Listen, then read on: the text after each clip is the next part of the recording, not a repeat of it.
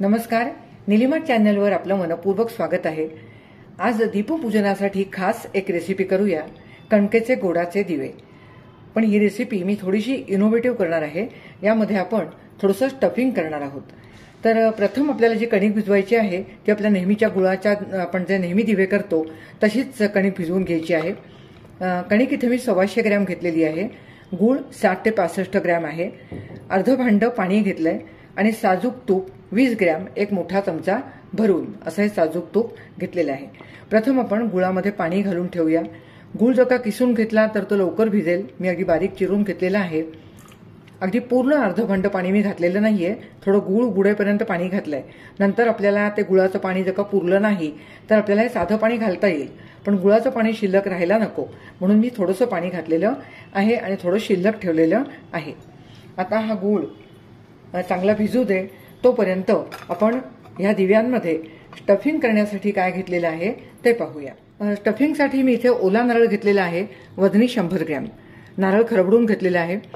15 gram milk powder घेतली, 20 gram पिठी साखर, वेलची पावडर 1 ते 1.5 चमचा आणि काजू, बदाम आणि पिस्ता ह्याचे किशणीवरती छोट्या काप करून ते थोडेसे हाताने चुरडून घेतलेले आहेत। आता गूळ आपला चांगला भिजतोय तोपर्यंत नारळ परतून घेऊया।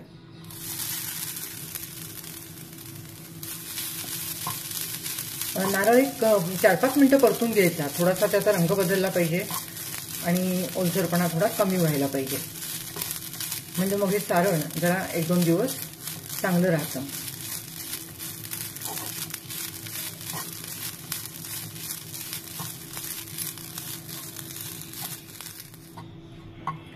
आता हे खोबरं 2 ते 3 मिनिटं परतून झालेलं आहे, पण हे गॅसवर असताना आपल्याला ह्याच्यामध्ये बाकीचे कोणतेच जिन्नस घालायचे नाहीयेत।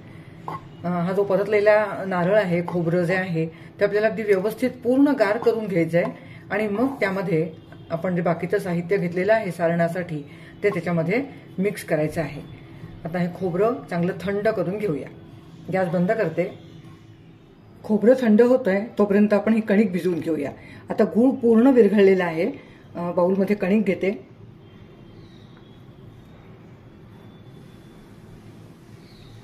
आणि यामध्ये 1 चमचा तूप, साजूक तूप गरम न करता घातलं तरीही चालणार आहे, म्हणजे मग दिवे खुसखुशीत होतात।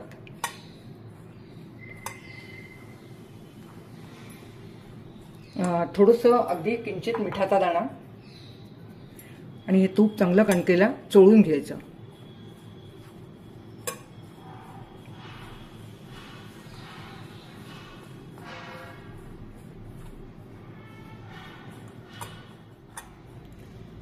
आता ह्या कणकेमध्ये तूप चांगलं मिक्स झालेलं आहे। यामध्ये आता हळूहळू आपण गुळाचं पाणी घालून कणिक भिजवून घेऊया।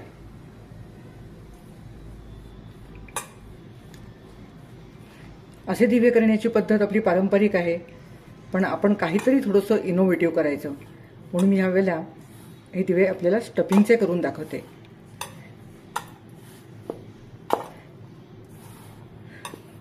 हे पीठ जे आहे ते फार घट्ट भिजवायचं नाही आणि खूप सैलही भिजवायचं नाही।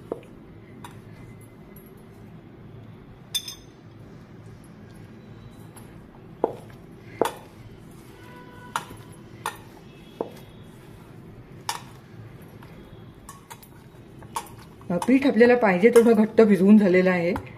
पीठ भिजवण्यासाठी मला 30 ml पाणी लागलेलं आहे। हे फुलपात्र जे मी घेतलं होतं त्याच्यामध्ये 100 ml पाणी राहतं। मी ते अर्ध घेतलं होतं, त्यातलं थोडंसं पाणी शिल्लक आहे। जवळजवळ 20 ml पाणी शिल्लक आहे। 30 ml पाणी मला लागलेलं आहे आणि आपण जे गुळाचं पाणी केलं होतं त्यातलं 1 चमचाभर पाणी शिल्लक राहिलेलं आहे। हे आपण भाजी आमटीला वापरू शकतो, पण हे पीठ आपल्याला अजिबात सैल होऊन द्यायचं नाही, त्यामुळे ते पाणी शिल्लक राहिलेलं आहे। आता हे भिजवलेलं जे पीठ आहे ते आपण एक 15-20 मिनिटं मुरून देऊया। आता हे परतलेलं खोबरं थंड झालेलं आहे। यामध्ये मिल्क पावडर, पिठी साखर,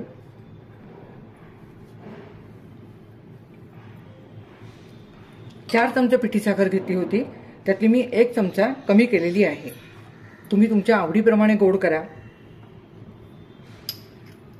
वेलची पावडर 1 चमचा आणि ड्रायफ्रूटची भरड 2 चमचे भरून ती तुमच्या मनावर आहे, तुम्ही थोडी जास्त घातली तरी पण चालेल. आणि आता हे सर्व व्यवस्थित मिक्स करून घेऊया. खोबरं थंड करून त्यामध्ये साखर घातली की ते जे पुरण आहे, आपलं सारण आहे, ते पातळ होत नाही आणि थोड्या वेळाने ह्याला थोडासा मऊपणा पण येतो.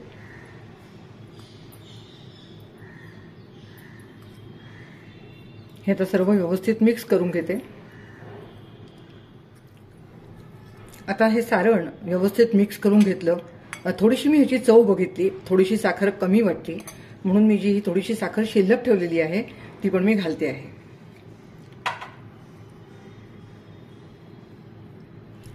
सर्व मिक्स करून घेऊया. आत्ताच त्याला पहा, थोडासा ओलसरपणा आलेला आहे. इतपत ओलसर सारण आपल्याला दिव्यांसाठी हवं आहे. सारण आता तयार आहे. पीठ भिजवून 15-20 मिनिटं झाली की दिवे करायला सुरुवात करूया. आता पीठ भिजवून अर्धा तास झालेला आहे. जास्तीत जास्त अर्धा तास आणि कमीत कमी 15-20 मिनिटं तरी हे पीठ भिजवून ठेवायला पाहिजे. अर्ध्या तासापेक्षा जास्त ठेवलं तर थोडंसं पीठ सैल होईल आणि मग आपल्याला दिव्यांना आकार देता येणार नाही. म्हणून अगदी जास्तीत जास्त अर्धा तासच हे पीठ भिजवून ठेवा. आता हे पीठ चांगलं मळून घेते, कारण घट्ट आहे त्यामुळे त्याला अगदी व्यवस्थित मळून घ्यायला हवं. एक 5 मिनिटं आपण हे पीठ चांगलं मळून घेऊया. पीठ मळवून घेतलेलं आहे आणि आता त्याचे मी 2 भाग केले. त्याच्यामध्ये एक अशी लांबट वळी करून घेऊया आणि त्याचे सारखे भाग करून ठेवूया. मला लागतील त्याप्रमाणे मी त्याचे परत लहान मोठे भाग करून घेईनच, पण एक अंदाज यावा म्हणून असे त्याचे थोडे भाग करून त्याचे पेढे करून ठेवूया.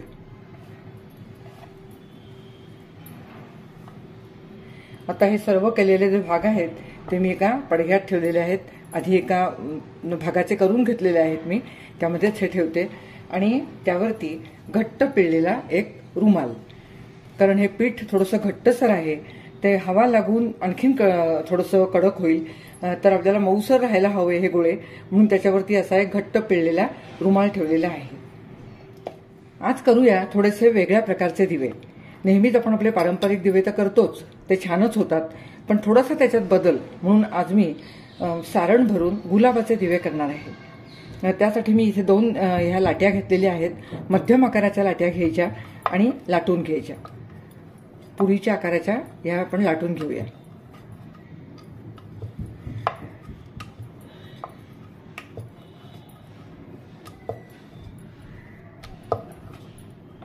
हे बघा, फार जाड नाही आणि फार पातळ नाही, अशा एवढ्या थिकनेसच्या ह्या पुऱ्या लाटून घ्यायच्या. एक झाली आहे. आता ही दुसरी पुरी लाटून घेते. 2 पुऱ्या लाटून झाल्या. आता यावर सारण भरूया.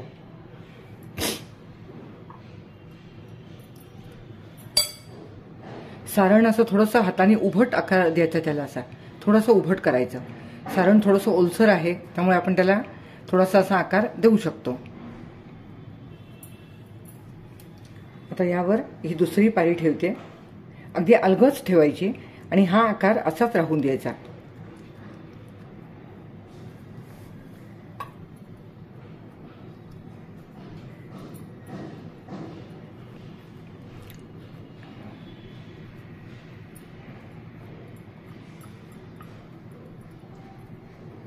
आता ही पारी ह्या पारीवर अगदी व्यवस्थित अशी प्रेस करून घ्यायची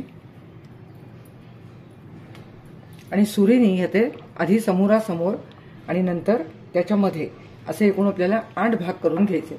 8 पाकळ्या.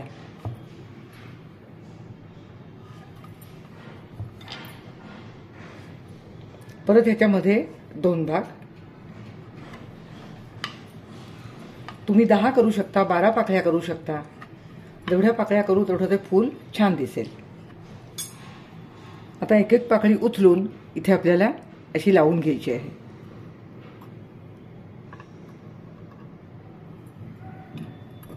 खूप छान असा आकार दिसतो ह्याचा.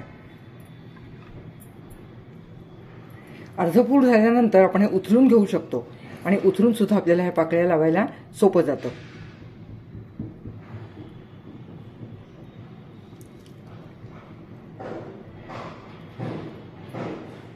आता ही शेवटची पाकळी जी आहे ती आपल्याला इथे जोडायची आहे.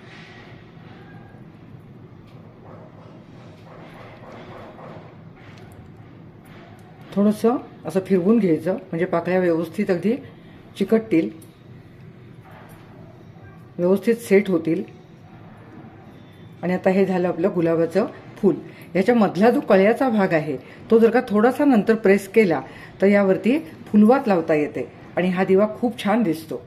अगदी लाईट बंद करायचे आणि काळोखामध्ये हे दिवे सर्व लावायचे, खूप सुंदर दिसतात. आता हा एक दिवा मी करून घेतलाय. याचप्रमाणे आपण गुलाबाचे 4-5 दिवे करून घेऊया. अजून एक गुलाब मी तुम्हाला करून दाखवते. 2 आपण पुऱ्या लाटून घेतल्या. आता यावर आपण सारण घेऊया.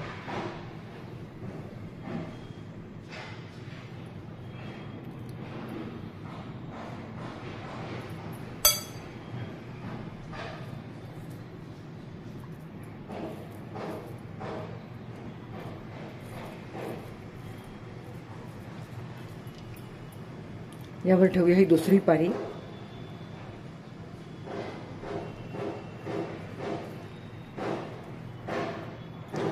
आणि पुन्हा या दोन्ही पाऱ्या एकमेकांना नीट बसवून घेऊया.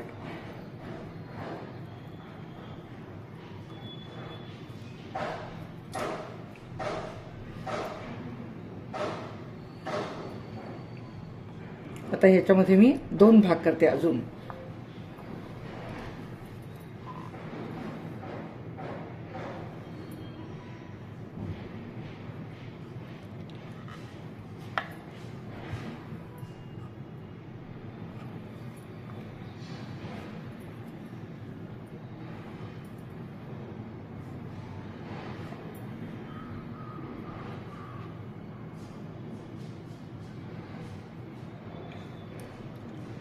तुम्ही जेवढ्या पाकळ्यांचं फूल कराल तेवढं ते खूप सुंदर भरीव असं दिसतं.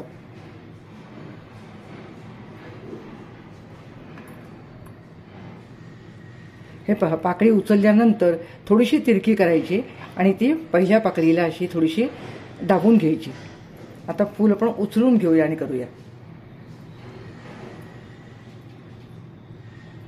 ही पाकळी ह्या पाकळीला थोडीशी लावून अशी प्रेस करून घ्यायची.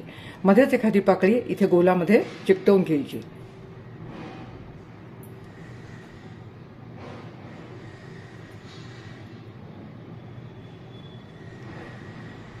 तुम्ही ह्याला कोणत्याही फुलाचा आकार देऊ शकता.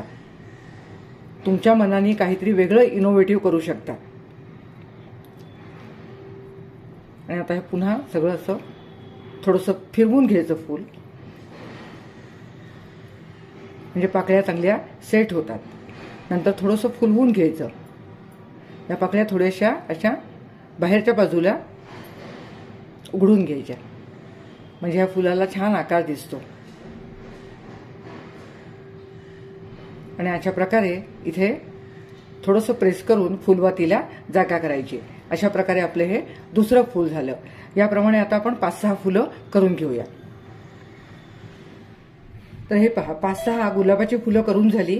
आता आपल्या पारंपरिक पद्धतीचा एक स्टफ केलेला दिवा करूया. त्यासाठी इथे मी 2 गोळे घेतलेले आहेत. ह्याच्या पण आपल्याला पुऱ्याच लाटून घ्यायच्या आहेत. 2 पुऱ्या लाटून घेऊया. 2 पुऱ्या लाटून झाल्या. आता यामध्ये स्टफिंग भरून घेऊया.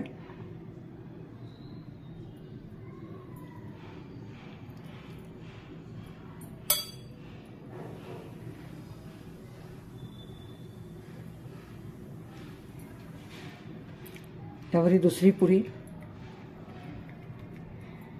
आणि सर्व बाजूनी असं बंद करून घेऊया.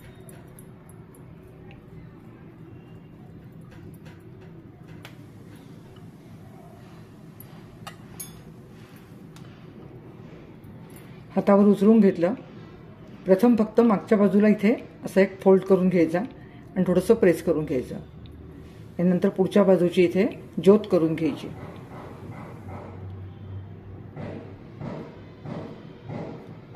दोन्ही पुऱ्या व्यवस्थित अशा एकमेकांमध्ये बसवून घ्यायच्या. आणि नंतर इथे अगदी साधं डिझाईन करायचं आहे आपल्याला.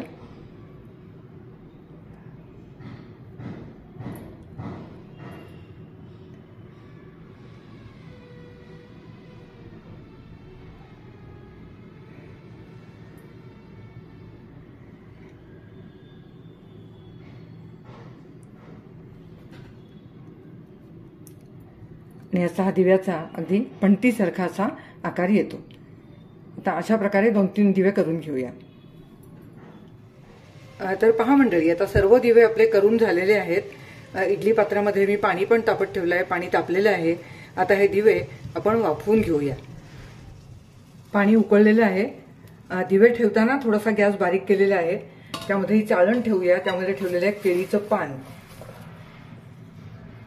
प्रथम आपण हे लहान दिवे खालच्या ताटलीवर ठेवूया आणि वरती ठेवूया गुलाबाची फुलं।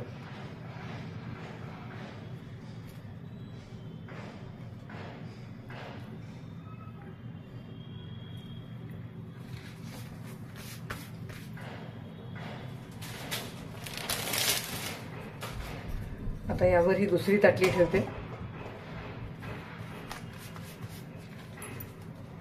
केळीचं पान,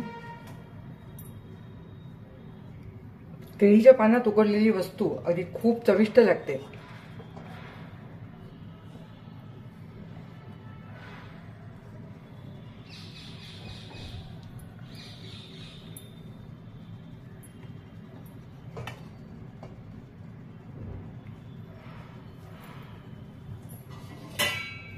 आता गॅस मध्यम करते। थोडासा अगदी पूर्ण मोठा ठेवायचा नाही, नाहीतर पाणी पटकन संपतं। मध्यम गॅसवरती हे दिवे 20 मिनिटं आपण वाफवून घेऊया। तर पहा मंडळी, दिवे वाफवायला ठेवून 20 मिनिटं झालेली आहेत। आता पाहूया। आणि मस्तपैकी दिवे वाफवले गेलेले आहेत। कोणताही पदार्थ आपण जेव्हा वाफवतो त्यावेळेला वेळेचं बंधन तर आहेच, पण पदार्थावरती एक प्रकारचं असं थोडीशी चकाकी येते। त्यावरूनही आपल्याला ओळखता येतं की पदार्थ पूर्ण शिजलेला आहे। त्याप्रमाणे या दिव्यांना थोडीशी चमक आलेली आहे आणि आता हा पदार्थ आपला पूर्ण वाफवून झालेला आहे। पण हे दिवे खूप गरम आहेत। आता गॅस बंद करते आणि दिवे थोडेसे थंड झाले की आपण एका ताटामध्ये काढून घेऊया। तर पहा मंडळी, सर्व दिवे एका ताटामध्ये काढून घेतले। त्यातल्या एका गुलाबाच्या फुलावरती मी फुलवात लावलेली आहे, खूप सुंदर दिसतंय। 20 मिनिटं आपण हे दिवे वाफवले, पण दिव्यातून सारण अजिबात बाहेर आलेलं नाहीये आणि गुलाबाच्या फुलाचा आकारही बदललेला नाहीये। स्टफिंग म्हणाल तर ह्या दिव्यामध्ये अगदी खूप छान भरलेलंच्या भरलेलं आहे। हे पाहू शकता किती सुंदर असं स्टफिंग ह्याच्यामध्ये भरलेलं आहे। तर ह्या स्टफिंगमुळे हे दिवे मुलं सुद्धा अगदी आवडीने खातात। या दिव्यांबरोबर साजूक तूप घेण्याची पद्धत आहे, त्याप्रमाणे मी इथे साजूक तूप ठेवलेलं आहे। थोडीशी इनोव्हेटिव्ह आणि थोडीशी क्रिएटिव्ह अशी रेसिपी आहे। तुम्ही या दिव्यांना आणखीनही तुमच्या मनासारखे वेगवेगळे आकार देऊ शकता। जर का तुम्हाला ही रेसिपी आवडली असेल, ही दिव्यांची करण्याची जी पद्धत आहे ती आवडली असेल, तर तुम्ही या दीप अमावस्येला दीपाच्या नैवेद्यासाठी असे दिवे नक्की करा। जर का ही कृती आवडली असेल तर लाईक करा, आपल्या मित्रमैत्रिणींसोबत ही कृती शेअर करा आणि सबस्क्राईब करा। पुन्हा भेटूया अशाच एखाद्या चवदार रेसिपीसह। धन्यवाद।